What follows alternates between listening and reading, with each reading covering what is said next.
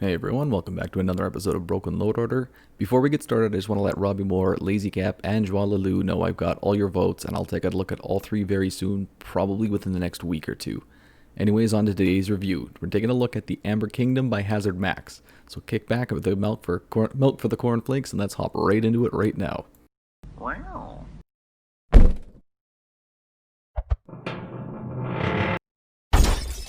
So if you've never seen the Amber Kingdom mod, they're a custom designed Wood Elf faction with elements of Chaos, Tomb Kings, Dark Elves, Nakai the Wanderer, and even more than them. I just can't remember that all right now. Normally I'd finish with balance and compatibility, but instead we're going to start with them today because they're two of the highlights of this mod in my eyes. Balance is pretty easy for battles and pretty damn tough for campaign.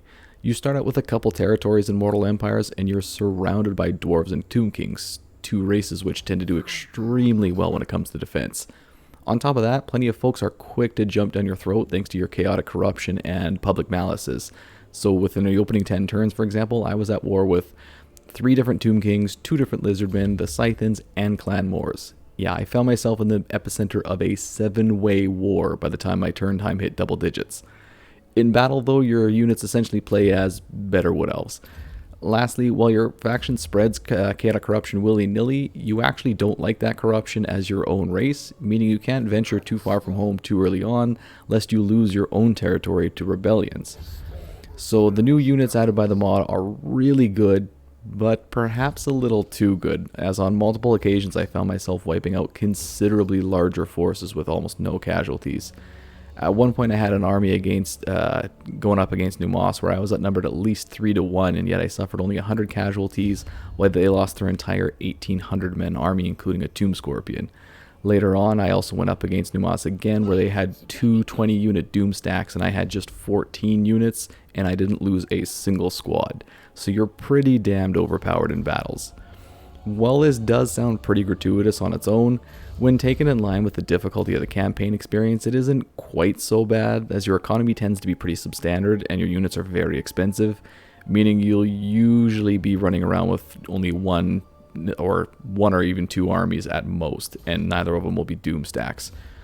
Even still, though, moving forward, I hope they get leashed in a little. The only time you ever really need to even try in battles is when you're so completely overwhelmed that you can't just go make a sandwich and return to a victory screen.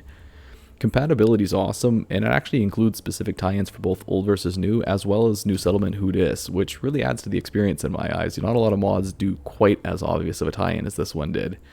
Even for stuff that doesn't directly tie into, it does seem to work pretty much flawlessly with anything I've thrown at it without having any obvious conflicts. I did have a couple Wood Elf mods such as Lore of Athel Loren that tried putting new stuff in there even though the faction couldn't use it, but that's not the mod's fault, nor did it cause any issues whatsoever. It just kind of acknowledged that it was there and couldn't do anything about it. As best I can see, the Amber Kingdom is 100% completely safe to leave in your load order in terms of compatibility. Adding into the previous point, I really like the legendary lords added in, and I do say lords plural.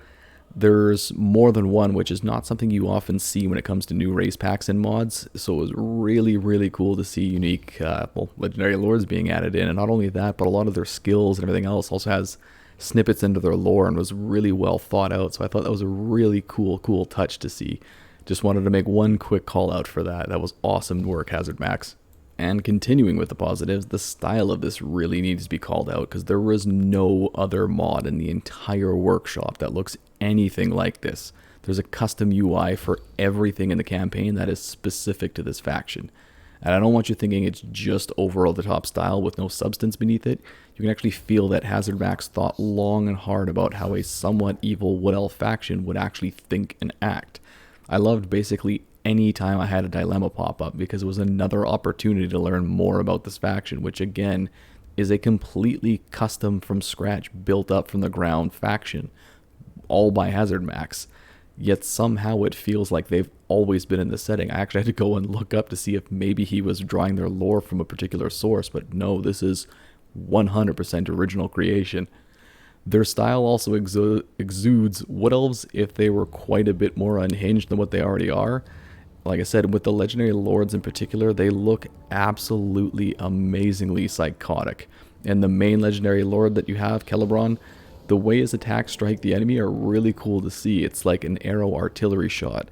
I think it might be taken from a spell, but even regardless, it's his default attack, so it looks really cool to watch. I also wanted to call out the offices too, as they were not only unique campaign effects, but yet again speak to the Amber Kingdom's outlook on things really well, so it's a cool insight into the faction. Again, the skills for each legendary lord and for each basic lord also have unique snippets of lore for the faction. Anywhere you look in this, Hazard Max has thought of that and has made it unique to this particular faction. It's amazingly cool. But it's not all lollipops and rainbows. The mod is listed as being in beta status, and that is a really, really fair assessment of it. I had to restart my campaign 4 times as I was suffering from constant crashes or the inability to continue the campaign numerous times, even when the mod and its required mods were literally the only thing in the load order. That's not something I've experienced with basically any other mod, so there's kind of something that's unstable in there somewhere.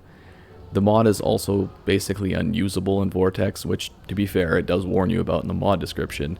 And if you do attempt to play it in Vortex, it leaves you unable to build any buildings nor recruit any units, just have Legendary Lords. Which, I'll be honest, I did play a few turns for, just for the entertainment value, because it was such a weird experience. Even after all of that, when I finally had a stable campaign up and running in Mortal Empires, there's still some stuff that's kind of off about it. There's a hero that's currently in the game but is incomplete and unrecruitable, leaving you with a really ugly placeholder pop-up for that section. As you might have seen in the gameplay footage, for some of the skills in the skill trees, there's also either blanks or, again, placeholder things in there.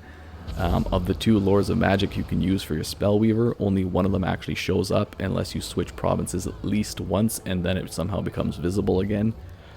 Speaking of the Spellweaver, it has the Lore of Beast, Lore of Light, and Lore of Shadow still present in their selections, but you can never ever get one, like they never populate. So you end up with this really cluttered menu of which you can only use less than half. Lastly, again, we really do need to talk about that balance. They are hilariously overpowered faction in battle. For about the first 30 turns of campaign, I never once needed to build an entire Doom stack because it was just completely unnecessary.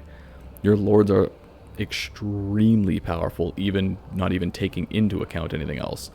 Your archers are extremely powerful. Your infantry are extremely powerful. Your cavalry is extremely powerful.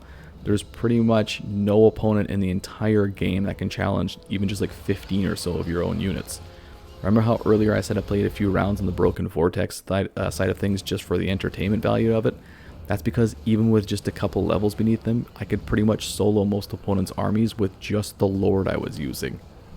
Alright, so then, all that considered, should the Amber Kingdom be a staple of your load order?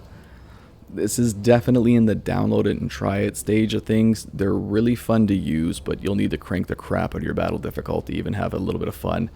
And I've personally got myself subscribed to the comments on the mod page because I'm super excited to see where it does go in the future. However, that being said, do not keep it as a permanent fixture in your load order, because they are so stupidly overpowered. They likely run the risk of overpowering any armies they come into contact with in campaigns. And even for your own experience, I could see them being a massive pain in the butt if you're playing an Army of the Scarab or Scythe mod run. Anyways, that's it for this particular mod review. As always, I want to thank you all for watching, and I'll see you all soon.